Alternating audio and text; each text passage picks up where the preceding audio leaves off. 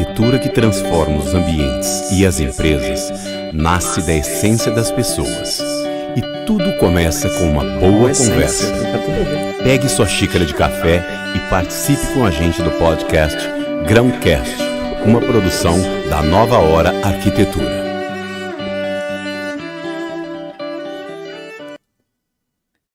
Bom dia, vamos começar mais um podcast, mais um Grãocast, agora com Daniel Rodrigues. Que honra, que delícia receber você, Daniel, pessoa que tem tanta bagagem, tanta coisa para dividir com a gente hoje. Muito obrigado pelo convite, estou bem feliz de estar aqui com vocês, revê-los, depois lá do lançamento do livro no Happy Hour. E é uma história longa, que a gente carrega aí ao longo dos anos, de contribuição, de troca. E vai ser um prazer poder contribuir aqui hoje com os ouvintes, com o pessoal que acompanha o Grãocast e trocar ideias aí sobre os pilares da cultura inovadora humanizada e desdobrar com a área de vocês. É isso aí. Maravilha. Ô Daniel, você falou da cultura humanizada, você falou de lançamento do livro, você está falando deste livro aqui, não é? Cultura inovadora humanizada, ele mesmo. Esse livro aqui, eu e a Lu, a gente já leu algumas vezes. E nos momentos que a gente confirmou essa entrevista com você, a gente foi reler, a gente foi ver algumas coisas, ver as conexões, os teus pensamentos, como que eles se conectam com o nosso pensamento da arquitetura, como a gente projeta os ambientes, o que a gente pensa para começar um projeto. E tem muita coisa assim... Em sinergia, que vai caminhando para o mesmo lado. E eu quero começar essa entrevista te fazendo a nossa pergunta célebre aqui do nosso programa. Você acredita que os ambientes influenciam na vida das pessoas e das empresas? Essa pergunta é ótima. E ficou fácil para mim, Não é à toa que são 6 pilares da cultura inovadora humanizada, Então a cultura é a forma que nós, enquanto equipe, nos comportamos e vivemos na nossa empresa. E o pilar ambiente, ele é um dos pilares estruturantes justamente por isso, porque o ambiente ele vai possibilitar, ele vai favorecer, ele vai estimular alguns tipos de possibilidades dentro daquele lugar. Então não basta a gente desejar que alguma coisa aconteça e porventura o ambiente impede que aquilo do âmbito social possa acontecer. Então, quando a gente consegue entender que nós temos um propósito enquanto empresa, que a gente carrega alguns valores que nós queremos ver vivos, e a gente consegue adequar o ambiente que a gente está à possibilidade desses valores serem emanados com mais facilidade, das coisas acontecerem com naturalidade, porque foi pensado no desenho desse ambiente que isso seja habilitado, que isso possa ter condições de acontecer. Aí isso garante que tenha mais probabilidade, que de fato aconteça, porque o ambiente pode ser apropriado e fazer parte integrante aí da cultura das pessoas naquele lugar. E por que você busca tanto essa cultura de inovação e essa cultura humanizada? Eu acho que tem a ver com a essência, Até eu vi aqui a palavrinha no início do programa, porque a minha trajetória, ela é muito do professor apaixonado por idiomas, que começa a trabalhar muito jovem e não faz muito esforço, vamos dizer assim, para poder construir uma carreira, uma visão de futuro. As coisas foram se desdobrando a partir de... Foram acontecendo naturalmente. Foram acontecendo, assim. Então, eu acho que sempre quando eu consigo proteger, quando qualquer um de nós conseguimos proteger a essência e a partir dela desdobrar nossos talentos, potencialidades, isso gera uma força. Então, quando eu fundei a CCLI, eu não tinha uma grande pretensão, Isso foi quando que você foi? Estamos fazendo 20 anos agora. Olha, parabéns! Estou ficando de idade. Mas eu era um professor universitário, dava aula em faculdades, formava professores, formava tradutores e tinha concluído uma tese de mestrado focando uma dificuldade grande que os profissionais, infelizmente, ainda têm, que é da oralidade, da fala da língua estrangeira. Encontrei algumas respostas interessantes e percebi que para poder dar vazão àquilo no mundo real eu precisaria empreender. E foi assim que nasceu a CCLI, para tentar trazer para a existência aquilo que era teoria e fazer aquilo acontecer na prática. E aí o finalzinho da minha constatação é que no ambiente de aprendizagem, é melhor o ambiente de aprendizagem do que o ambiente de ensino. O ambiente de ensino ele é diretivo, né? O de aprendizagem está focando o ser humano dentro do processo de aprender que é dele. É simples, né, a diferença, mas faz um total impacto. É muito sutil. É sutil, mas é um impacto muito grande. Porque eu começo a olhar para o indivíduo. Então, eu acho que essa questão da humanização tem a ver com esse olhar de você trazer o foco da aprendizagem para o aluno, querer entender quem é aquele ser humano que está enfrentando um desafio, porque aprender é um desafio, e que às vezes é banalizado enquanto tal, né? Às vezes fica aquela obrigação que todo mundo aprende, todo mundo tem que estar no mesmo lugar, ao mesmo tempo, e a vida real não é assim. Então não são todos os alunos de um mesmo grupo que vão ter o mesmo ritmo de aprendizagem, e isso é o normal. É estranho ser o contrário.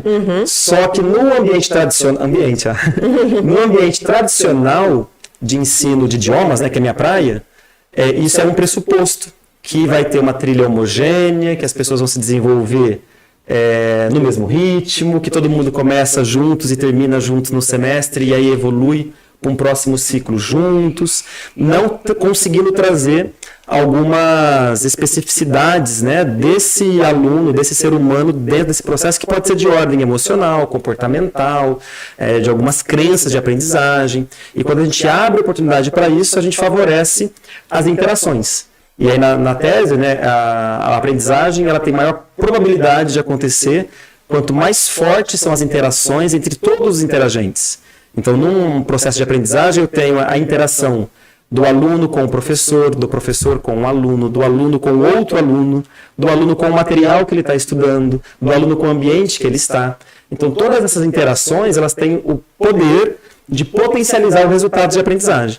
Então, a humanização vem desse caldo todo e a inovação vem justamente de tentar fazer aqueles achados, né? Naquela época, a neurociência estava começando os estudos em educação, né? Hoje está bem aprofundados, né? Mas eu acho divulgado, né? Bem divulgado, né? assimilado, né? E a inovação veio, então, dessa vontade realmente de trazer... É a primeira empresa de consultoria linguística do Brasil. É a primeira empresa, né, que foca na área de educação de idiomas, né, que foca essa experiência de aprendizagem e não apenas a experiência de ensino, né, que no começo, inclusive, era o nome até, né, consultoria linguística, era para provocar esse estranhamento, para poder explicar essa volta sutil, né, mas que faz todo... Como uma consultoria, né? Porque eu tinha muitos alunos consultores de outras áreas que eu sentia que, assim, a pegada não é o que eu faço. A pegada é o que eu habilito a partir do que eu faço, qual é o impacto que eu gero, qual é o resultado que eu deixo naquela empresa, naquele ambiente depois que eu saio, e não o processo em si. E na área de educação, muitas vezes, a gente valoriza bastante apenas o momento da aula em si, sendo que o momento da aula ele é um meio para algo muito maior que acontece depois, né?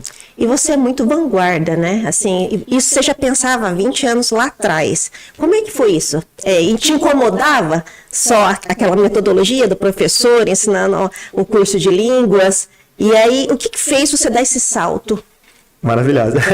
É muito simples. Eu decepciono as pessoas, né? Porque eu trago uma visão simples das coisas. Sim. Mas eu era, como eu falei, um professor apaixonado. Então, um professor apaixonado que tem essa vontade de verdade de ajudar o aluno a realizar o sonho dele, ele vai se sentir a serviço de algo. Quando a gente consegue se colocar nesse lugar de estar a serviço de algo, nos ajuda a lidar com o nosso próprio ego, né? Para ele não ficar maior do que a gente, porque às vezes o professor vai ter alguma postura, sem querer, arrogante, de achar que ele sabe mais e que o aluno sabe menos. É o mestre, né, dentro da sala. E isso para a conexão, né, para aquela força de interação, diminui. E como eu tinha sempre essa pegada de querer me conectar, de querer me envolver com o meu aluno, de entender qual era o sonho dele, qual era a dificuldade de superar, isso foi gerando uma dor mesmo, ao perceber que havia nas metodologias das escolas que eu estava trabalhando algumas limitações para eu conseguir ajudar mais. E aí, minha pesquisa de mestrado foi a forma que eu encontrei de conseguir aprender a ajudar mais. E aí, foi a partir dos achados, né, da pesquisa que nasce a CCLI, mas não foi ao contrário, né? O que motivou de verdade foi poder ajudar aqueles alunos que eu já tinha a conseguir um resultado maior. É muito interessante isso que você fala, que sem falar de liderança, os assuntos sobre liderança vão surgindo, né? Você fala da figura do mestre, do professor, o centralizador, e que aí ele se rebaixa para surgir um outro facilitador ali na sala. Só que esse facilitador, a gente sabe muito bem que depois de algum tempo ele trabalhando com os alunos, ele vai ganhar a importância do grande mestre, né? Então você rebaixa o ego para nascer de um outro lado muito maior, com uma figura de uma liderança muito maior, né? E tem um tal de Jesus que trabalhou o tal do líder, servidor, do doador, da pessoa que compartilha e ganha uma esfera muito maior. Mais ou menos por aí, não é? Eu acho que é o natural de um ser humano, né? Quando a gente vai estudar na psicologia, né? Vai na psicologia positiva também, a questão da felicidade, né? Que até coloco no livro, no Pilar Propósito. O ser humano, todos nós queremos ser felizes.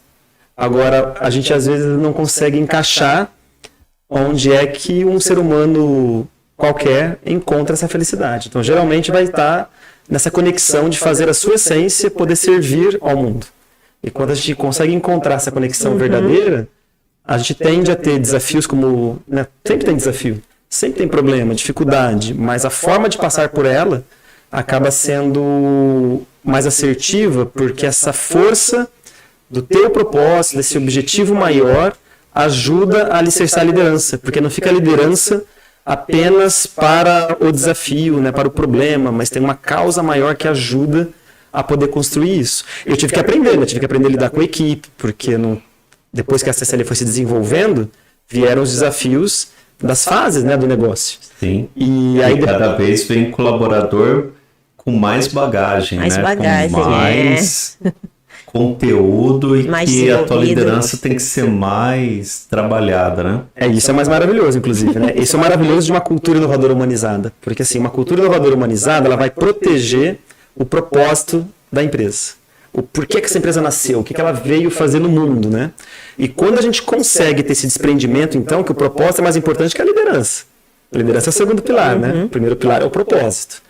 E o líder assume esse papel de representar, de encarnar este propósito e ter como principal responsabilidade inspirar todas as pessoas para que isso seja verdadeiro. As pessoas é que vão ficar mais atualizadas em conhecimento, em técnicas, em tudo que vai mudando no mundo, e você não precisa acompanhar todas essas mudanças simultaneamente, porque ninguém daria conta. Sim. E aí numa equipe, né, com talentos complementares, com diversidade existente, com mundos diferentes, né, coexistindo numa mesma equipe, a gente consegue ter muito mais força para lidar com essas necessidades específicas de um cliente, para lidar com desafios de alguns projetos, porque a gente se soma e não de uma maneira... Porque assim, quando a gente torna tudo homogêneo, nós não conseguimos lidar com o que foge daquilo que estava dentro daquela experiência prevista. E quando a gente tem uma capacidade de enxergar por outros ângulos, né, aquela mesma situação, a gente ganha mais força e mais oportunidade de inovar para soluções, né? Eu acho que isso vai ajudando bastante a fomentar uma cultura de inovação aberta aos desafios, aberta aos problemas, né? Porque geralmente as inovações são soluções de problemas, né? Você falou que quando você começou, você era um professor que não começou, foi tocando.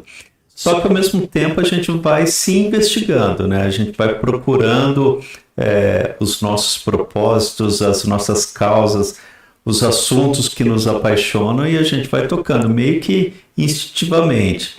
E nesse teu caminhar aí, foi assim que você conheceu o Simon Sinek? Foi assim que eu conheci ele. Tem uma pessoa na minha vida que é muito importante, que escreveu até o prefácio do livro, que é o Raul Candeloro. Eu tive a oportunidade de ver umas palestras. Sim, ele é incrível, não é? Sim, muito. É uma das pessoas que me inspiram, né? Mas a minha história com ele é muito curiosa, porque começou numa dificuldade. Então, eu, professor, né, comecei a CCLI, eu não tinha área comercial, porque não dava conta de atender o volume de projetos que apareciam.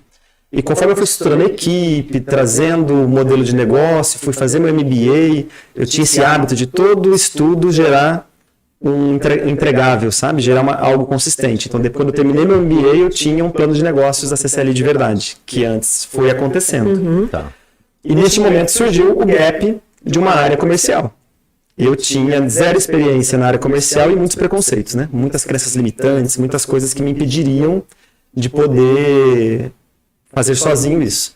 Comecei a pesquisar que se tinha alguma forma diferente de vender, que não fosse empurrar, enganar e lubridiar, né? Que é muito o paradigma do preconceito mesmo, né? Do ignorante da área.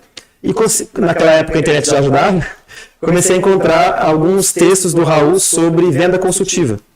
A venda consultiva está muito alinhada com o que a gente conversou agora há pouco, né? Você primeiro se conectar com quem vai comprar para entender qual é a necessidade real que ele tem, para ver se você consegue atender mesmo ou não. Porque se você conseguir atender mesmo, você vai ter um cliente muito fiel a longo prazo. E se você não conseguir e for honesto, ele vai procurar quem vai conseguir atender aquela necessidade e vai lembrar para sempre de você. Porque você foi honesto, né? Que não daria conta de atender por algum motivo. E aí eu comecei a assinar a revista Venda Mais, eu fui até Curitiba para participar do evento que ele realizava na época, e ele, em um dos eventos, fez um chamado para conhecermos o grupo Small Giants, que era um grupo que ele tinha conhecido nos Estados Unidos, Pequenos Gigantes, que tem o lema, né? O que importa não é o que fazemos, é quem somos. Muito conectado com o propósito, e foi lá que eu conheci o Círculo Dourado, né? Foi lá que esse trabalho ganhou muita força. Que ano foi isso?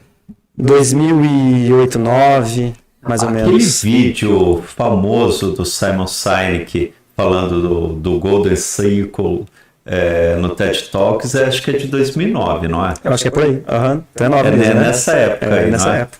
Ele estava despontando e foi no Small Giants que eles apresentavam essa teoria também.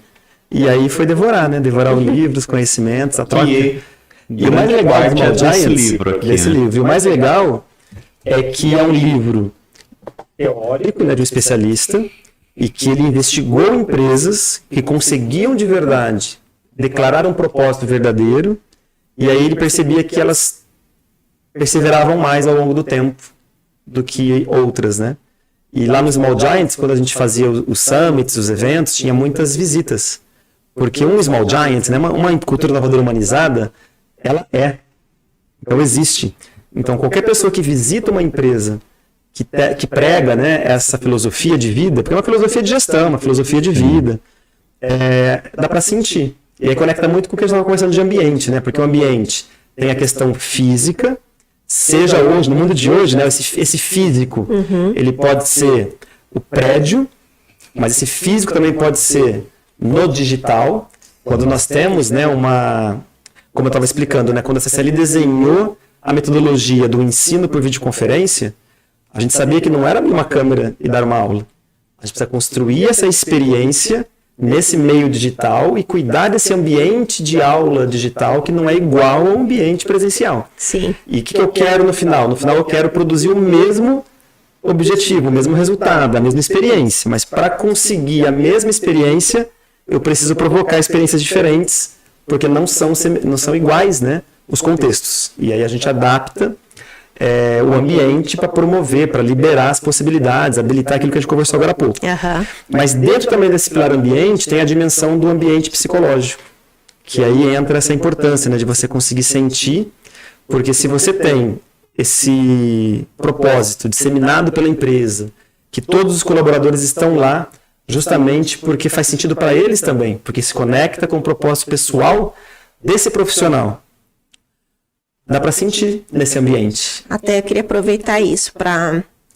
Eu li, né, que o ideal é que o ambiente, a empresa, o perfeito seria, né, demonstre a cultura dessa empresa, né? O ambiente, o espaço demonstra qual que é a cultura, os valores dessa empresa. E aí tem uma empresa que a entrada principal não é a entrada por onde o cliente entra. Inclusive, eu li no seu livro, a pessoa entra por um jardim muito bem cuidado, com muito capricho, com árvores frondosas, uma sombra. A pessoa entra por lá. E eu achei isso muito interessante. E não pela entrada principal, que deve ser legal também, porém, não demonstra tanto carinho, a receptividade que você quer demonstrar. E eu achei isso muito muito perfeito, porque eu acho que é isso. E é um excelente exemplo, Lu, porque veja só, então, quando a gente desenhou aquele prédio e aquela arquitetura toda, essa foi uma questão importante, porque foi uma escolha consciente de promover, então, até ser uma casa, né? Nós vimos vários imóveis naquela época e a maioria dos que se adequavam melhor ao nosso negócio eram prédios. Seria mais prático e mais econômico, mas não conseguiria trazer essa sensação de estar em casa, de acolhimento. De acolhimento. Né? Uhum. E a entrada pelos fundos traz um traço de intimidade. Né? Então, do ponto de vista do ambiente psicológico, contribui. Imagina então o desafio quando a gente foi construindo esse novo modelo, né? Essa nova CCLI, que é um trabalho 100% remoto. Você conseguir construir também esse acolhimento, essa mesma sensação de ser recebido, né, pelos fundos, por um jardim de árvores frondosas, mas num ambiente remoto. Aí entra a importância dessa dimensão do ambiente psicológico. Sim, aí você tem que estar mais consistente o ambiente psicológico, né, mais forte. Aí vem a força da cultura. Exato. Porque emana, né?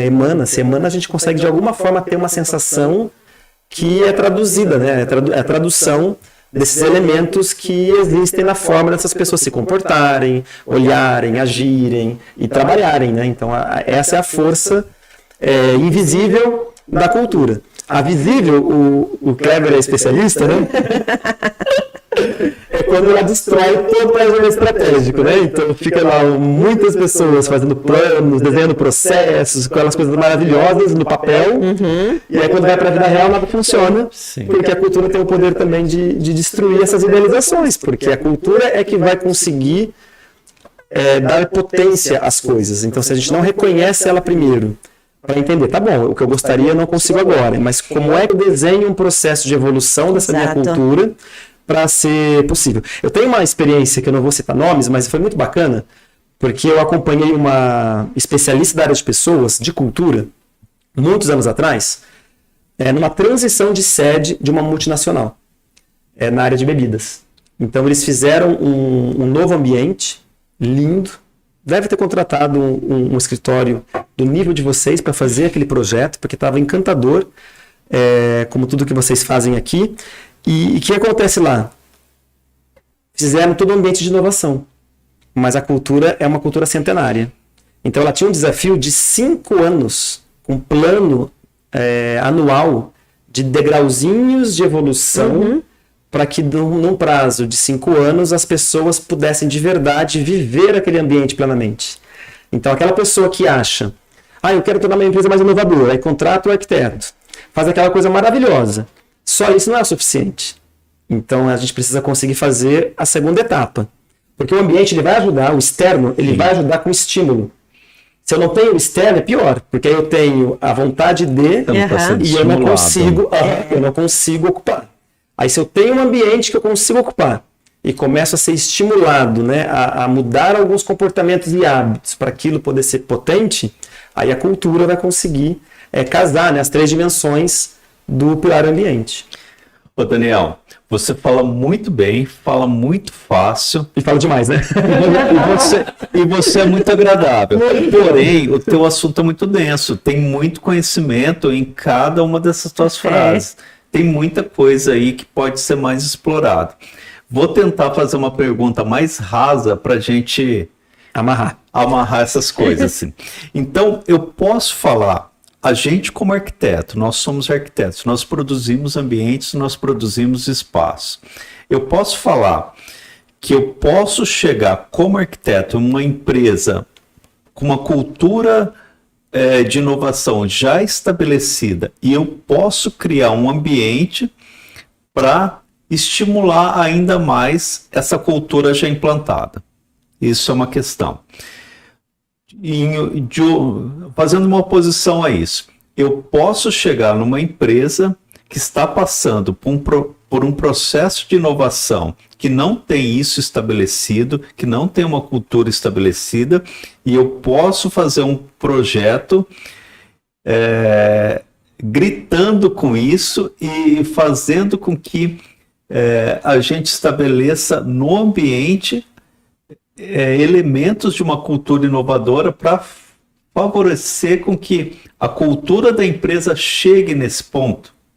São dois... as duas são bem complementares, inclusive. A primeira, né, ela é muito real, E geralmente as empresas que já entenderam isso, né, as empresas que já dão esse valor para a cultura, quando elas contratam o escritório, né, de arquitetura, ela vai no briefing, né, conseguir te ajudar com esses elementos essenciais, porque você não vive, né, aquele dia a dia, você vai precisar fazer essa transformação de ambiente, porque tem um desejo por trás, algo vai querer ser potencializado. Ela já vem com um repertório, uma referência anterior. E aí é essencial.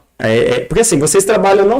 Porque a arquitetura é muito profunda também, né? Se a gente for falar das áreas de vocês, eu estou super leigo, né? Mas assim, o raso que eu conheço, o trabalho de vocês vai pensar até em como a pessoa vai se sentir. Exato. Então, o ambiente físico, ele se conecta com o ambiente psicológico. Então, como eu falo, a cultura, ela é algo único. A gente faz o fatiamento em pilares para conseguir ter uma clareza de intervenção e de ação.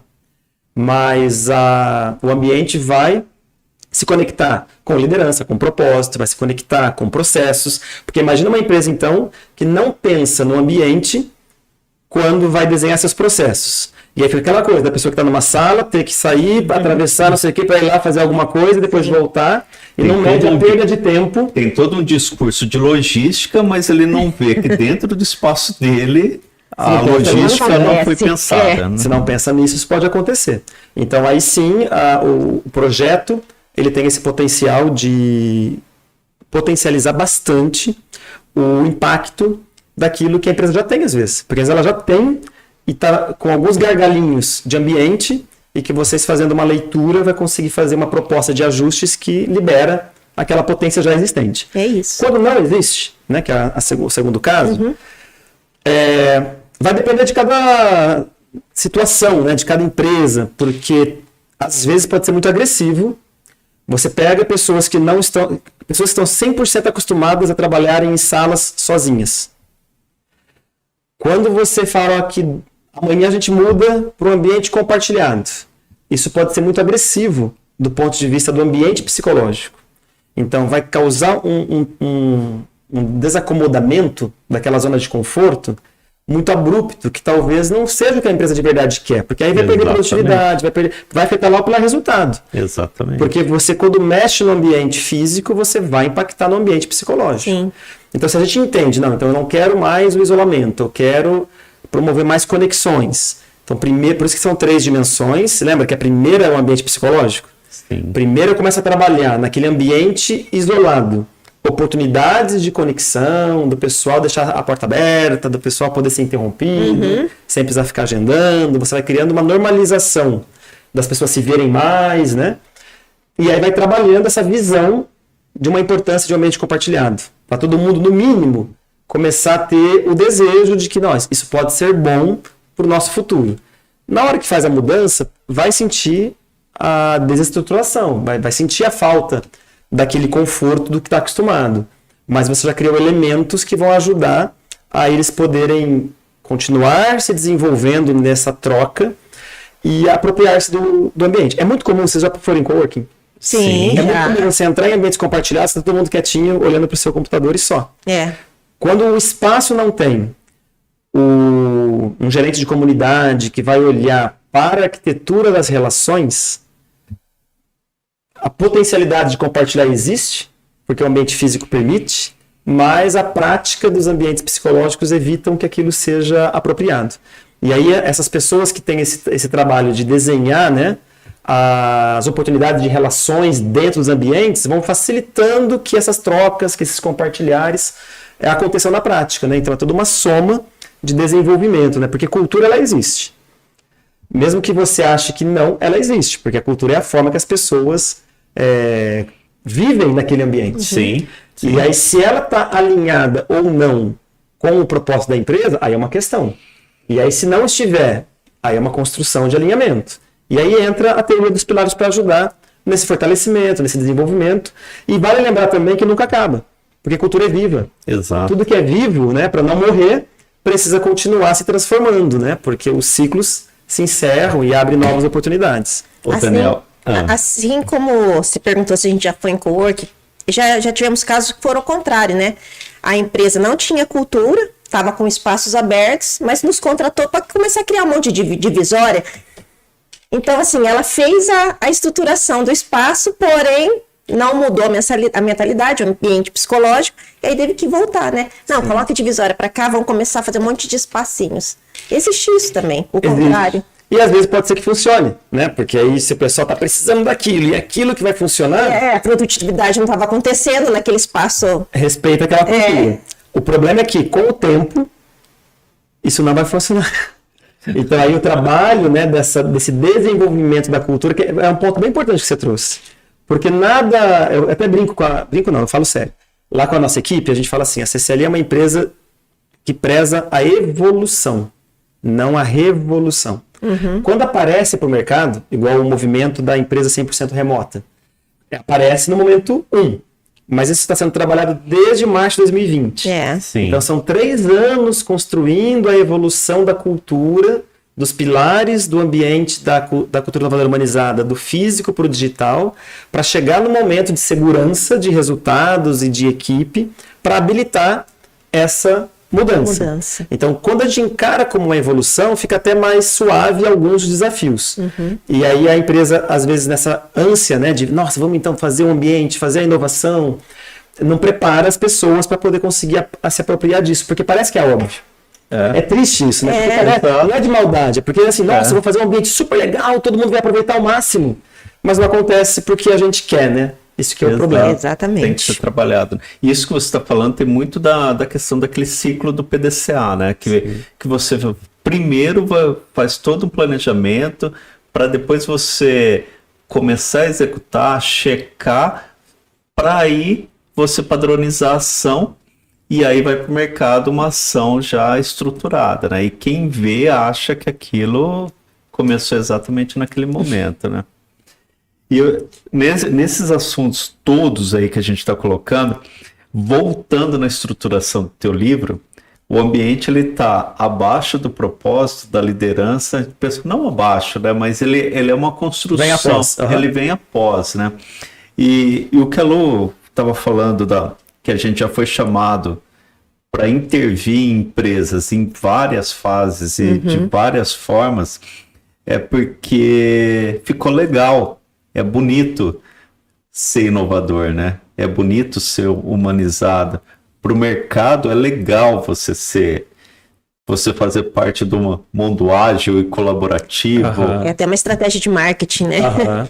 Mas muitas vezes não acontece nem no propósito, nunca foi pensado isso no propósito da empresa. E principalmente na liderança. Você tem muitas vezes, muitos casos que a gente acompanhou, a liderança está lá com aquela cabeça fordista, taylorista, que tá lá controlando quantos cliques o colaborador deu no mouse, que tela que ele viu agora, que tela que ele viu depois, mas ele fala que ele é colaborativo. E aí chega para nós uns desafios que é criar uma empresa, né, que tenha um tobogã e uma arquibancada, né, virou ícone, né? De tudo isso para nós virou o ícone. Não, se você colocar um tobogã e uma arquibancada, você virou bacaninha, né? Então tem que colocar. Aí 6 meses depois, o ambiente psicológico não responde, aquilo virou um caos a empresa. Não só para colaborador, para liderança lá. Virou um inferno para liderança, aquela estrutura que foi criada. Virou elefante branco lá no meio. Aí a gente passa a criar saletas, né? Então a gente sempre brinca, que é do aquário pro tobogã e do tobogã pro aquário. É verdade. É esse o raciocínio, né? E assim, e o importante das pessoas entenderem é que o pessoal lida muito com a culpa às vezes, né? Mas é o normal, porque assim, toda a geração de liderança que foi treinada, desenvolvida, quando as coisas eram mais previsíveis, existia um plano de 5 anos que era mais estável, e que os processos eles tinham um rigor extremamente importante na gestão. Então, muitos líderes geriam processos e resultados, não pessoas. E aí, quando a inovação começa a ser fundamental para o futuro dos negócios, para as novas soluções, gerir as pessoas começa a se tornar um papel da liderança, que antes era terceirizado para o RH. Porque Só o mundo é RH. muito mais acelerado do que aquele mundo lá, né? Senão não se acompanha nada, Eu né? vou voltar para o idioma, porque é o grande drama lá da pesquisa, inclusive. Aí o ser humano, ele gostaria de sair de um estado e migrar para o outro. Só que nós temos uma estrutura também, nós temos um ambiente corporal nosso, que nas nossas redes neurais, as coisas não acontecem, porque a gente fala assim, eu quero e mudo.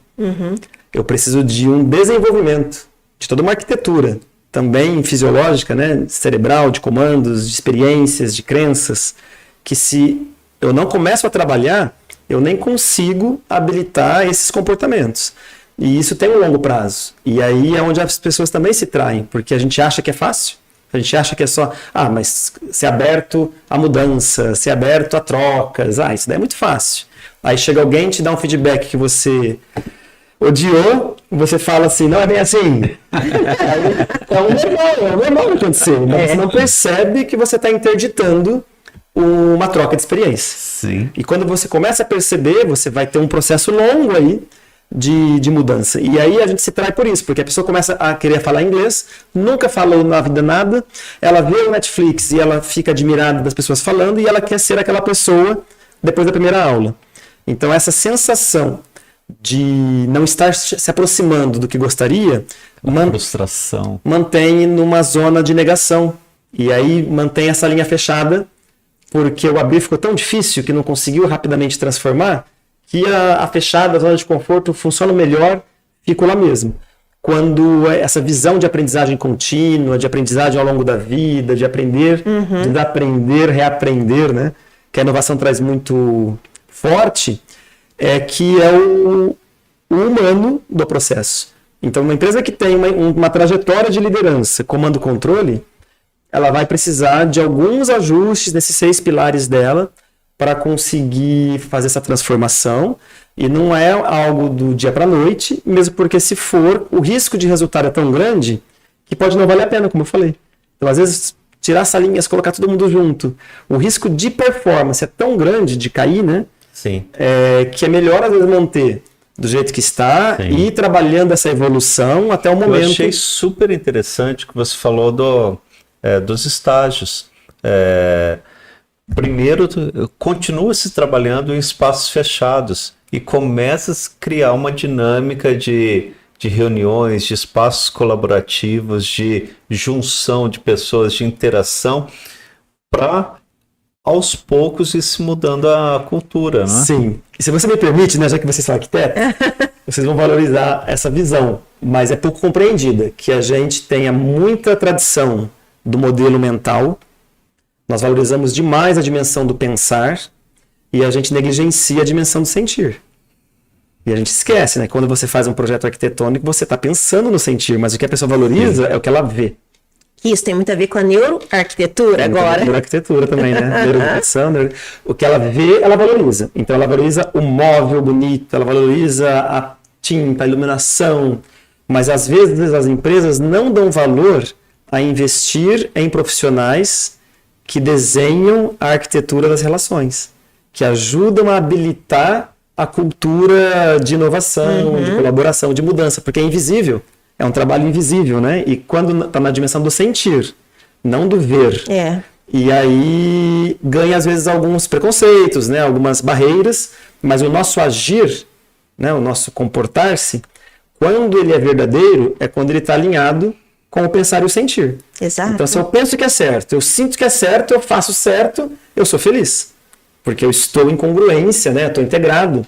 Agora, quando eu penso que é certo, não sinto que está errado, faço de alguma coisa torta, assim, dá uma sensaçãozinha esquisita, às vezes, para quem está lá recebendo aquele serviço, por exemplo. Então, é algo bem sutil, mas que cada vez fica mais importante por conta dessa transição de contexto mesmo, do ambiente de trabalho que a gente está vivendo, né? Arquitetura das relações, Luciana. Top, hein? Tem também a arquitetura de aprendizagem, né? Que é a nossa área. Que maravilha, que sutileza, né? Nossa, o Daniel fala muito bem das várias áreas aí, né? Ô Daniel, em 2009 você estava aí num tal de Small Giants. 2023, qual a tua praia, cara? Então, hoje, né, eu acabei me conectando bastante com uma vertical de educação e tecnologia em Florianópolis. Eles têm um hub, né, estruturado para trocas, compartilhamento, né, de empresas da área de educação e que estão, né, e que são edtechs, né, e é um olhar que a gente está reforçando cada vez mais, né, por essa transição realmente do mundo também. Então, minha praia hoje tem sido disseminar essa visão de uma cultura inovadora humanizada, porque eu vejo que muitas culturas de inovação, às vezes, estão moendo muito também as pessoas e não conseguindo tirar o melhor potencial por conta de uma falta de clareza, às vezes, desse alinhamento.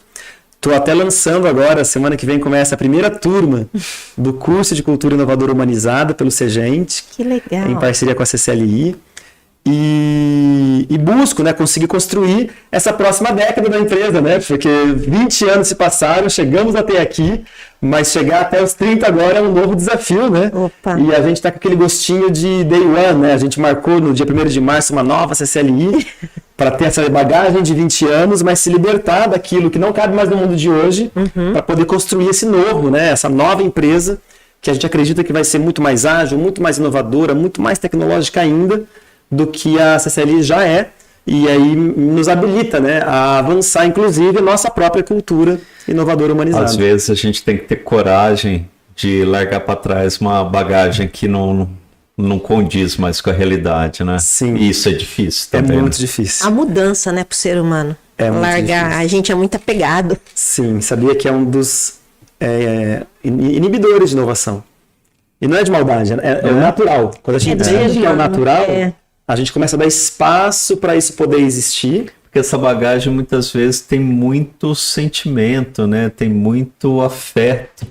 E ao mesmo tempo você não escuta, às vezes, de amigos próximos, porque a gente escuta, né? Porque a gente sair da nossa área de arquitetura e tá aqui hoje, entrevistando você, entrevistando outras pessoas que não são da nossa área, é inovador pra gente. Sim, é um desafio cada vez que a gente liga os microfones aqui. Como que a gente mantém uma conversa de alto nível com uma pessoa de alto nível que é você? Como que a gente mantém isso sem riscar o verniz da nossa imagem profissional? E aí as pessoas às vezes já perguntaram para nós, a arquitetura não está indo bem, por isso vocês lançaram o programa? Não, muito pelo contrário, a gente está indo atrás de outros desafios, né? Nossa, vocês são muito corajosos, vocês são muito corajosos. Por que vocês não ficam só com a arquitetura? Tá indo bem, deixa isso para lá. E a gente ouve muito, você também deve ouvir, né? Será que vai dar certo? Isso não vai dar errado, não? Quieto. Eles falam direto isso. Mais maduro, né? Isso tem um espaço diferente de antes, mas quando eu saí da vida acadêmica para fundar a CCLI, eu ouvi de todas as pessoas que mais me queriam bem essa frase. Então não é, na verdade, uma incompreensão, né, dessa possibilidade que a mudança traz, porque tem um risco muito grande. Sim. A inovação carrega um risco muito grande. Então, quando a gente se abre para abraçar esse risco, é que a gente dá conta de ter a coragem e nos tornarmos de verdade inovadores. Mas é bem desafiador. Muito desafiador. É muito desafiador.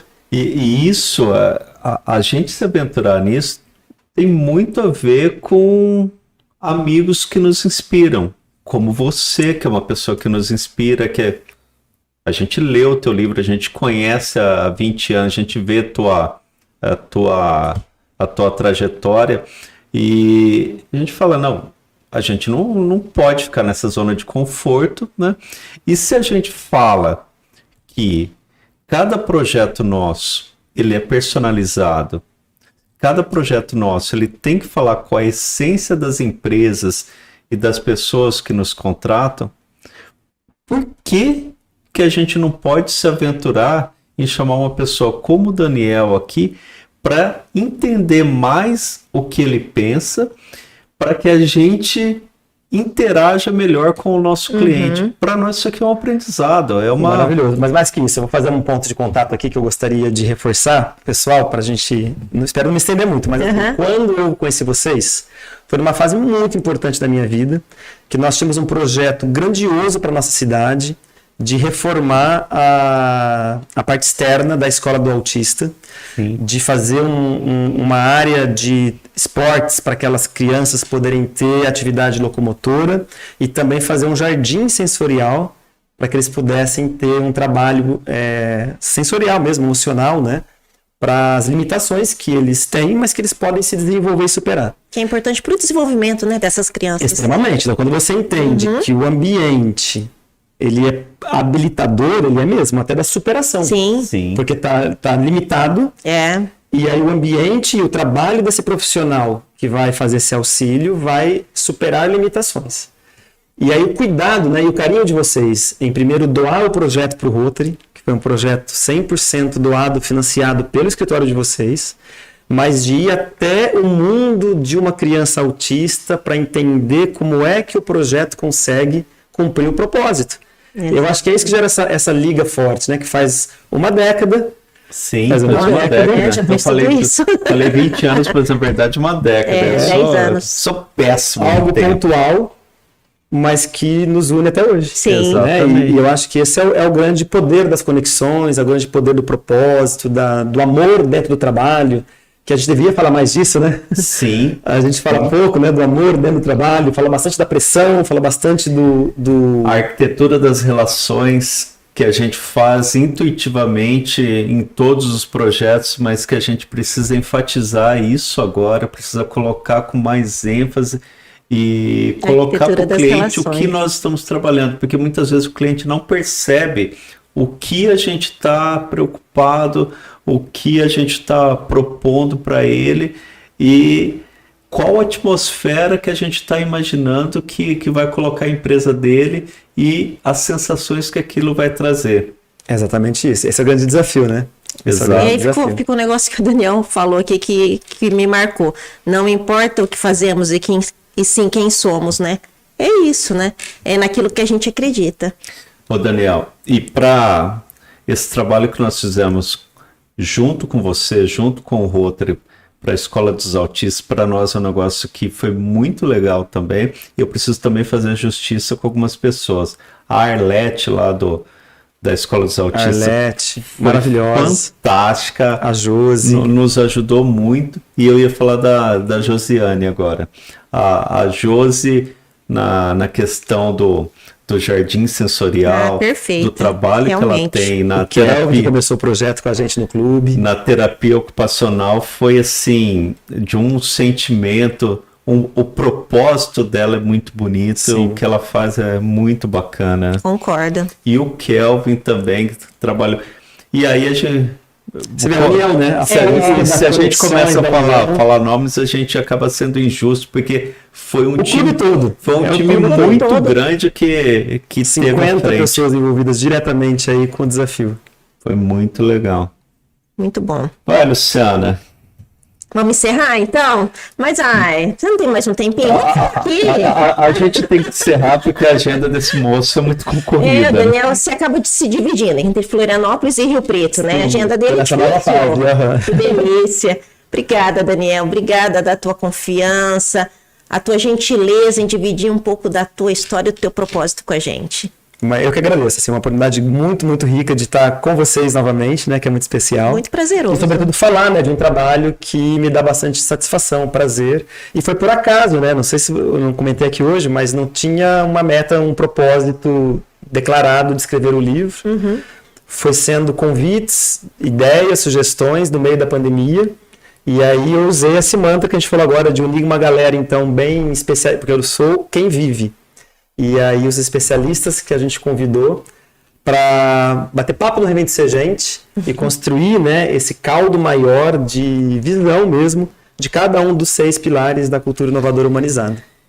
E esse livro é um capítulo que vai ter um segundo, vai ter alguma coisa a mais, não vai? Já tem tido esses estímulos, e agora que a gente está nesse modelo remoto e muitas pessoas enfrentando a dificuldade do modelo híbrido ou do modelo remoto, já querendo, quando vai sair do Cultura Inovadora Humanizada no modelo remoto, né? Legal! Quem sabe, assim que tiver um tempo, né, para o projeto, quem sabe a gente consegue. Muito bom. Daniel, muito obrigado pela tua participação, foi muito top, foi muito legal. Para nós, Foi enriquecedor. A gente, assim, aprendeu e sempre aprende muito com você. Para quem nos assiste no canal, tenho certeza que no que você falou, nas tuas análises, tem muito ponto de estudo, muito ponto para se aprofundar, muito ponto para iniciar uma discussão, iniciar um trabalho aí, iniciar um trabalho dentro das empresas, no trabalho do desenvolvimento da cultura de cada empresa. Tem muita coisa para ser colocada aí. Muito obrigado por tudo, cara. Maravilhoso. Obrigado, gente. Obrigada. Valeu, obrigado. Ô, Kevin, faz uma foto nossa aqui pra mim, por favor. Olha que pontual! Gente, senta aqui. A arquitetura que transforma os ambientes e as empresas nasce da essência das pessoas. E tudo começa com uma boa conversa. Pegue sua xícara de café e participe com a gente do podcast Grãocast, uma produção da Nova Hora Arquitetura.